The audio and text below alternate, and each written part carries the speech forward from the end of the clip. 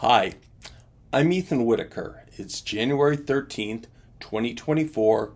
My wife Ingrid and I are 2 weeks into our big year, an unofficial contest to see as many species of birds as possible across the continental United States. Welcome to our second weekly update. After last week's update, we received some requests to have Ethan, that's me, do more of the narrating rather than have Ingrid do all the work. So, in response to these requests, the answer is no. It's Ingrid once again. Here comes our second big year update.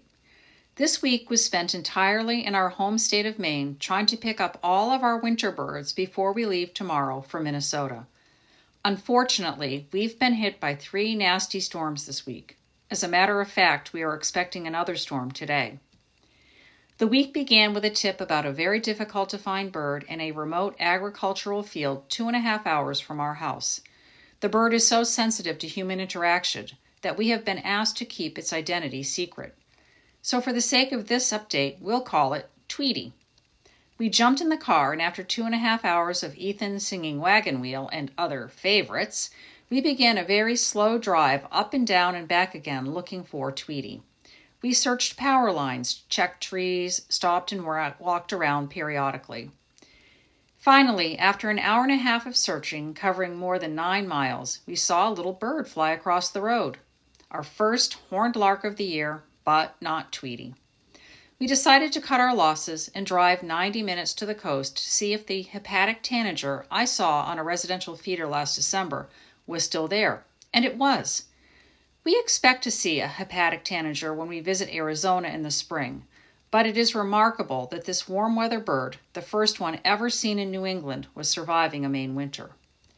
On Tuesday, we traveled to Portland for a western tanager. It was visiting another homeowner's bird feeder. A few of our local birding friends were there when we arrived, and we enjoyed their company as we looked for and eventually saw the bird. That evening, Maine was hit by another huge storm. This time, we didn't get 10 inches of snow, but 2 inches of rain with 50 to 60 mile per hour winds coming in from the ocean. Ethan and I knew this wind would push seabirds toward shore, but many of the ideal locations to see them were closed due to severe flooding. Fortunately, Dyer Point in Cape Elizabeth was open, kind of surprising given that the surf was huge and intimidating. After our eyes adjusted to the waves, we began to see birds, lots and lots of birds.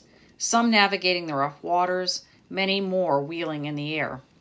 A northern gannet, a bird we don't see too often in the winter. A handful of dovekie, a pigeon-sized seabird that is often pushed toward shore by storms.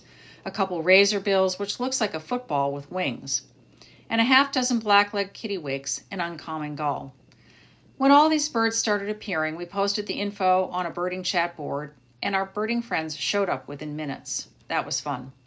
The next day, we were on the road to look for seabirds again. We headed to nearby Reed State Park, but were soon told to leave as the park was being closed due to storm damage.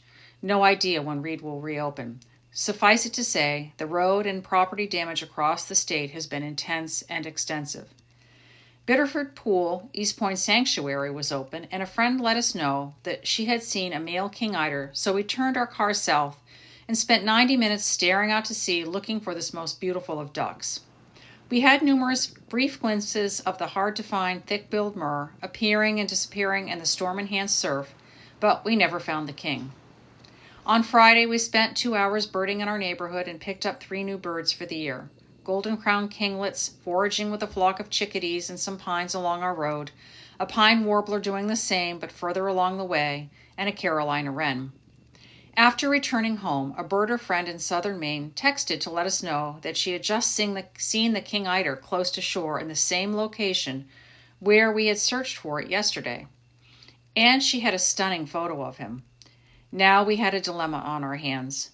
Travel 1.5 hours to look for him again, or do as we had originally planned and attempt to see a pair of short-eared owls that had been observed late yesterday afternoon, just 30 minutes from us, but in the opposite direction. There would not be enough time to do both before dark.